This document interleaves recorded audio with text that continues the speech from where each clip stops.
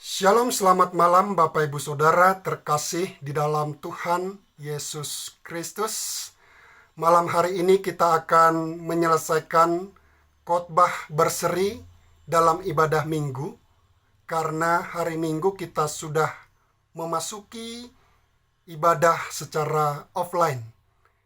Hari Minggu kita sudah bersama-sama dapat saling menyapa walaupun belum diizinkan untuk bersalam-salaman, tetapi setidaknya kita boleh menikmati kebersamaan dalam pujian, dalam penyembahan, dan juga dalam perenungan firman Tuhan.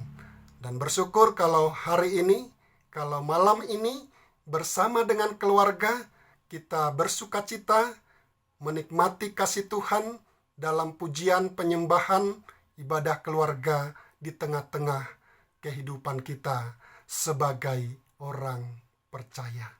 Mari saudaraku yang terkasih, saatnya bagi kita untuk merenungkan firman Tuhan. Mari dengan kerendahan hati, saya mengajak Bapak Ibu Saudara untuk berdoa.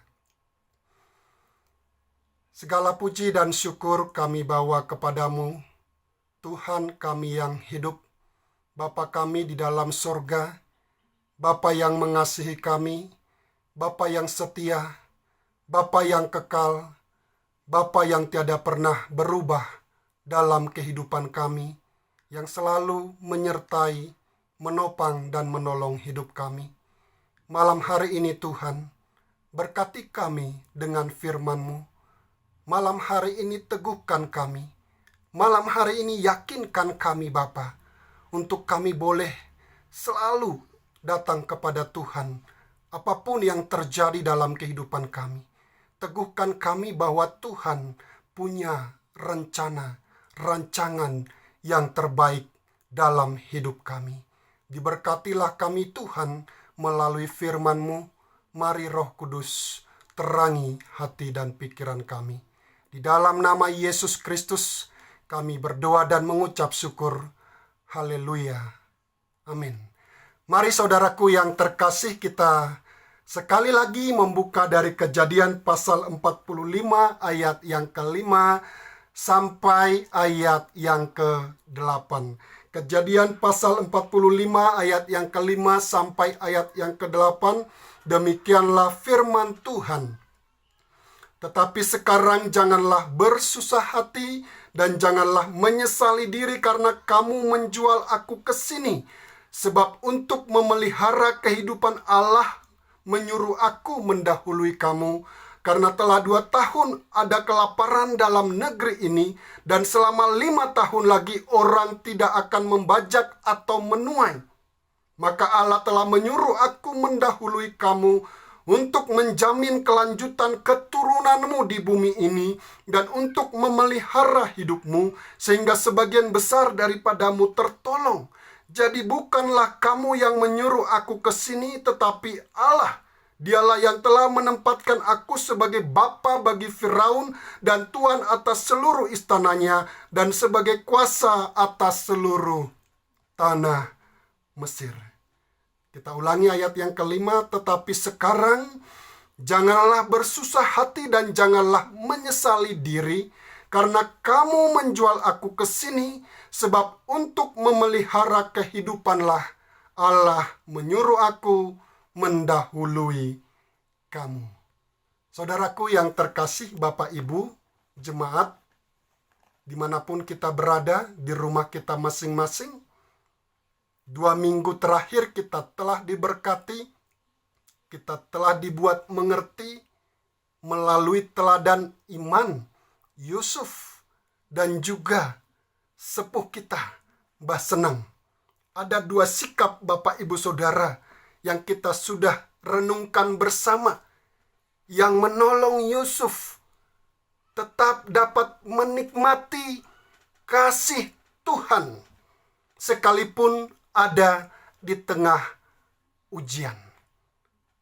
Memampukan Yusuf tetap mengalami kasih Tuhan, menikmati kasih Tuhan di dalam kehidupannya, dikala ia menghadapi ujian pencobaan.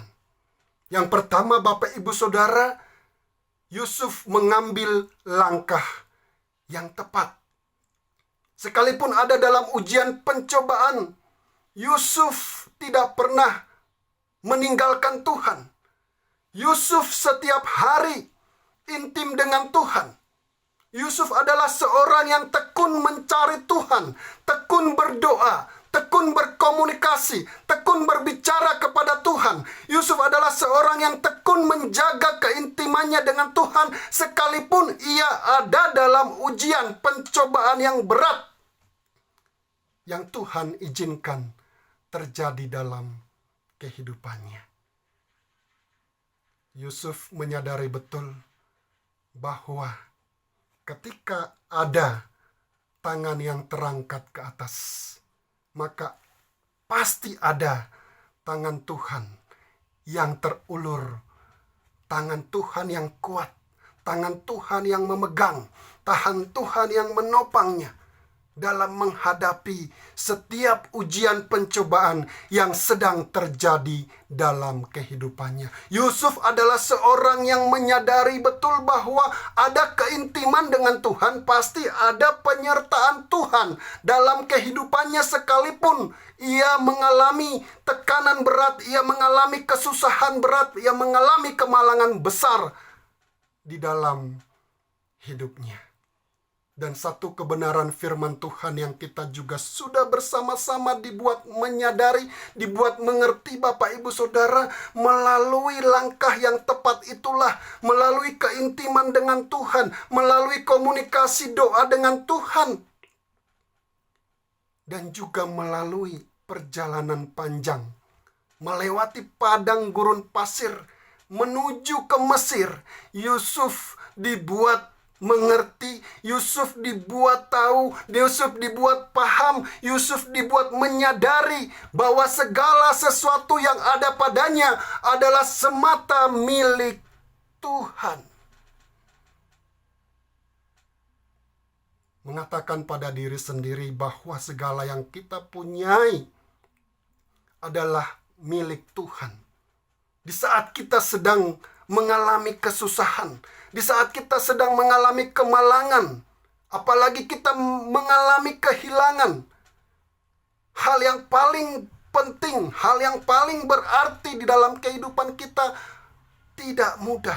Namun Bapak Ibu Saudara, dengan menyadari bahwa segala yang ada pada kita adalah milik Tuhan, kita akan siap, kita akan tetap rendah hati, dan kita juga akan dimampukan untuk menerima dan juga kehilangan apa yang Tuhan berikan kepada kita.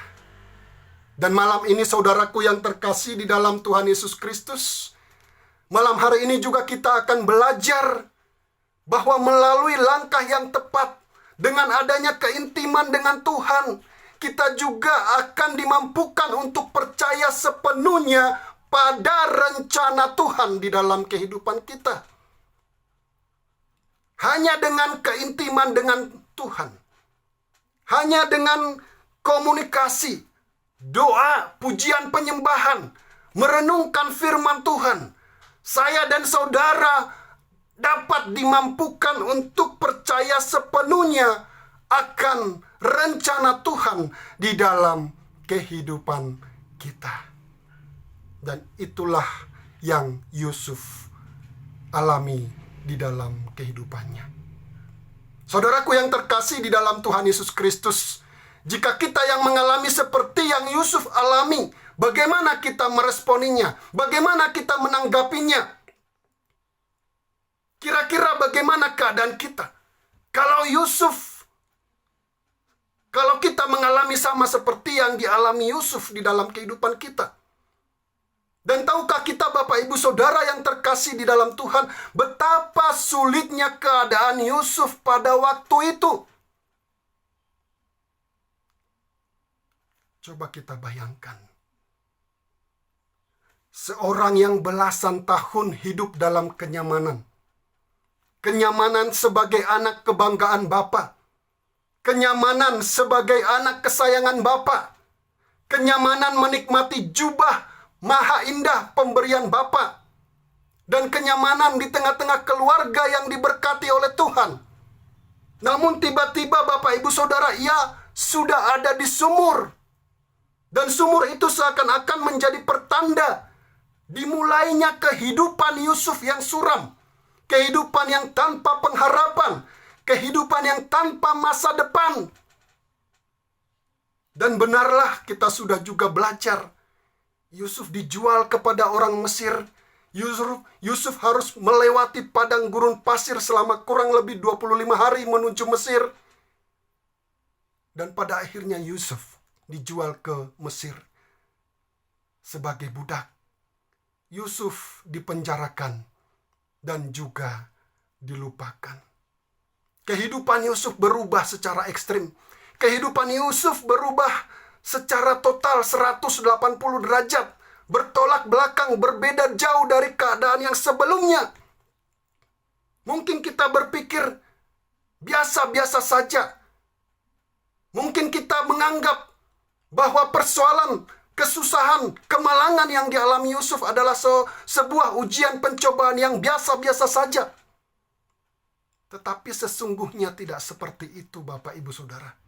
Secara materi, Yusuf tidak punya apa-apa. Bahkan dia tidak punya seseorang yang dapat dijadikan sebagai tempat bersandar. Seseorang yang dapat memberikan dia penghiburan, yang dapat memberikan dia kekuatan. Ia tidak memiliki apa-apa. Dan dia tidak punya siapa-siapa sebagai budak di Mesir. Ini suatu kesusahan, ini suatu kemalangan yang tidak mudah bagi Yusuf. Dan Yusuf menjalaninya, Bapak Ibu Saudara yang terkasih, bukan 1-2 hari, bukan 1-2 bulan, tetapi bertahun-tahun. Namun Yusuf mengambil sikap yang tepat. Inilah yang menjadi kuncinya. Mengambil sikap yang tepat. Yusuf tidak pernah jauh dari Tuhan. Yusuf tidak pernah meninggalkan keintimannya dengan Tuhan. Karena ia tahu, ia percaya, ia yakin bahwa Tuhan satu-satunya yang dapat menolongnya dalam kesusahannya, dalam kemalangan yang sedang dialaminya. Keintimannya dengan Tuhan dan perjalanan panjangnya ke Mesir juga membuatnya mengerti bahwa segala sesuatu yang ada padanya adalah milik Tuhan. Membuatnya percaya, yakin, beriman bahwa rencana Tuhan tetaplah rencana yang terbaik di dalam kehidupannya.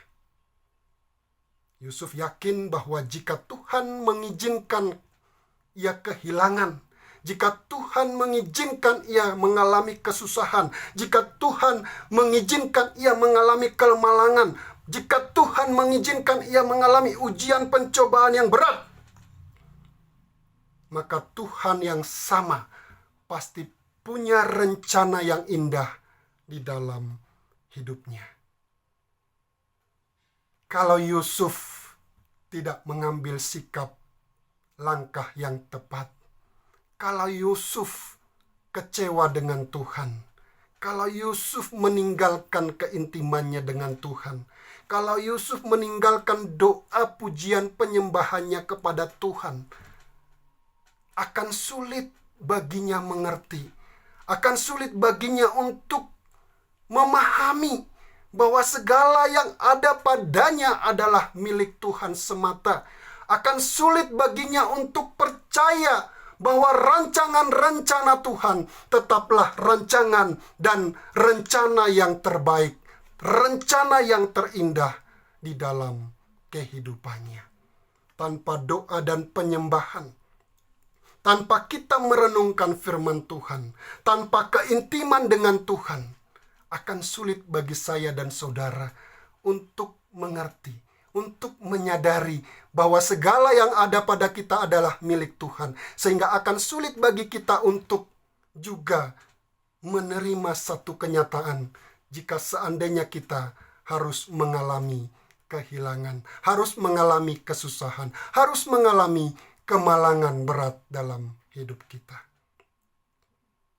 Dengan keintimanlah, dengan pujian penyembahan perenungan firman Tuhan. Hanya melalui itulah kita akan dapat dimampukan juga untuk percaya bahwa rancangan Tuhan, rencana Tuhan tetaplah yang terbaik, tetaplah yang terindah dalam kehidupan saya dan saudara. Sekalipun saat ini mungkin kita sedang ada dalam kesusahan besar, kemalangan, penderitaan, persoalan yang berat. Keintiman dengan Tuhan, itulah yang memampukan Yusuf berkata dengan iman kepada saudara-saudaranya. Tetapi sekarang janganlah bersusah hati dan janganlah menyesali diri karena kamu menjual aku ke sini, sebab untuk memelihara kehidupanlah Allah menyuruh aku mendahului kamu. Memang kamu telah mereka-rekakan yang jahat terhadap aku, tetapi Allah telah mereka-rekakannya untuk kebaikan dengan maksud melakukan seperti yang terjadi sekarang ini, yakni memelihara hidup suatu bangsa yang besar. Apakah di awal kesusahannya, apakah di awal kemalangannya Yusuf telah mengerti bahwa melalui peristiwa pahit yang dialaminya, yang dihadapinya, Tuhan sedang merencanakan untuk memelihara kehidupan keluarga yang besar? Apakah di awal kesusahannya, di awal kemalangannya dia sudah tahu persis? Tidak. Ia jelas belum mengerti, Bapak Ibu Saudara. Ia jelas belum tahu persis seperti apa rancangan kebaikan, apa yang Tuhan sedang kerjakan melalui peristiwa pahit yang sedang dia alami. Namun sekali lagi, dengan langkah yang tepat, keintiman dengan Tuhan, mencari kehendak Tuhan melalui pujian, doa, dan penyembahan, ia dimampukan untuk percaya bahwa Tuhan sedang merenda sesuatu yang besar. Tuhan sedang mereka-rekakan kebaikan, bukan hanya untuk dirinya, tetapi juga bagi keluarganya. Berkat keintimannya dengan Tuhan, Yusuf percaya sepenuhnya pada rancangan Tuhan. Dan ia yakin bahwa rancangan Tuhan pasti adalah rancangan kebaikan. Meskipun ia belum tahu persis rancangan apa yang akan Tuhan nyatakan melalui ujian pencobaan yang sedang dialaminya. Bapak, Ibu, Saudara yang terkasih di dalam Tuhan Yesus Kristus, di balik setiap peristiwa pahit yang kita alami, yakin dan percayalah, selalu ada rancangan Tuhan yang jauh lebih besar. Selalu ada rancangan kebaikan, rancangan indah yang Tuhan sedang persiapkan, yang lebih indah bagi setiap anak-anaknya, yang tetap setia, yang tetap berdoa, yang tetap intim dengan Dia, sekalipun kita mungkin belum tahu persis, belum tahu secara tepat apa rancangan indah yang Tuhan sedang mau kerjakan itu dalam kehidupan saya dan saudara. Tetapi rancangan Tuhan, rencana Tuhan bagi anak-anaknya tidak pernah merupakan sebuah rancangan kecelakaan, karena saya dan saudara adalah biji matanya Tuhan.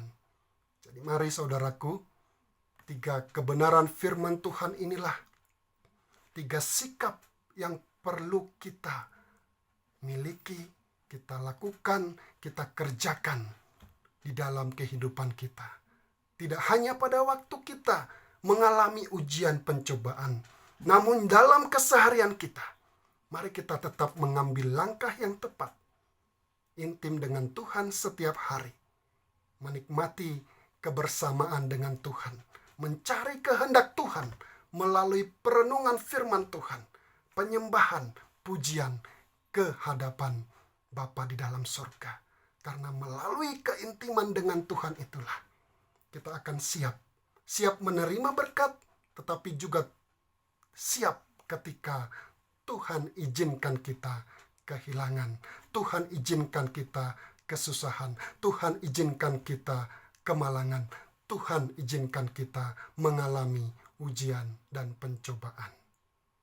Dan melalui keintiman dengan Tuhan juga kita dimampukan untuk tetap percaya, untuk tetap pegang janji Tuhan, bahwa rencana Tuhan adalah rencana yang terbaik, rancangan yang indah atas hidup saya dan saudara. Tuhan Yesus memberkati. Mari kita berdoa. Terima kasih Bapa di dalam surga. Tuhan memberkati kami melalui kebenaran firman-Mu. Dan malam hari ini kami boleh diteguhkan bahwa dalam keadaan apapun, baik susah maupun juga senang, kami akan senantiasa dapat menikmati kasih Tuhan, menikmati kebaikan Tuhan, karena kami memiliki keintiman dengan Tuhan. Kami memiliki hubungan yang erat dengan Tuhan.